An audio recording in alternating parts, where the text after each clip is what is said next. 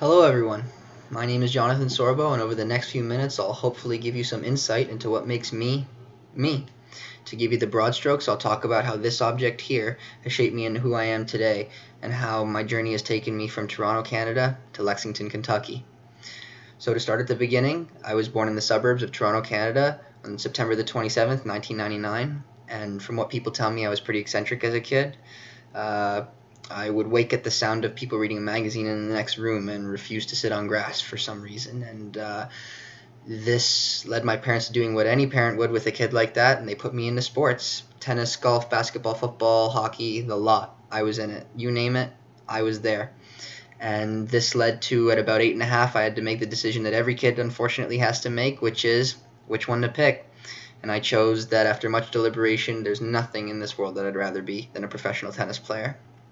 So fast forward many years, and I've nearly reached 10,000 hours of tennis training.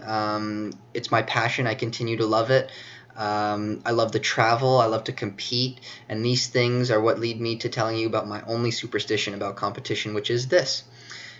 From every tournament I've played since the age of 8.5, I've taken a tennis ball and I write down the place that I played and the date, and I throw it in a box and I never open it. And basically, I hope to one day have a kind of abstract photo album of my life, and the good, the bad, and the ugly, as the saying goes, and hopefully be able to relive the best years of my life. Uh, in the future, my major goals are to win a national championship with the University of Kentucky and to become a top 50 tennis professional. These goals I know are extremely difficult and lofty, but there's a reason for that, as I feel that nothing easy is worth accomplishing, and the difficulty of these goals represents my desire and my willingness to put in the work to try to achieve them.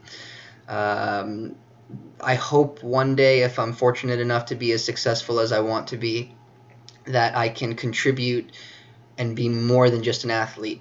By this, I mean that I'd like to go into charity work, or I'd like to open a business. I'd like to explore the aspects of life past my athletic self. And that's something very important to me and something that I hold very close to heart.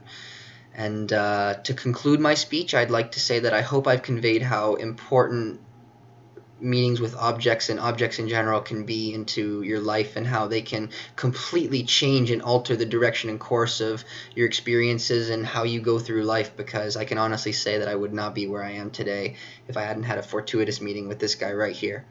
So thank you for listening. I really appreciate it, and have a good night.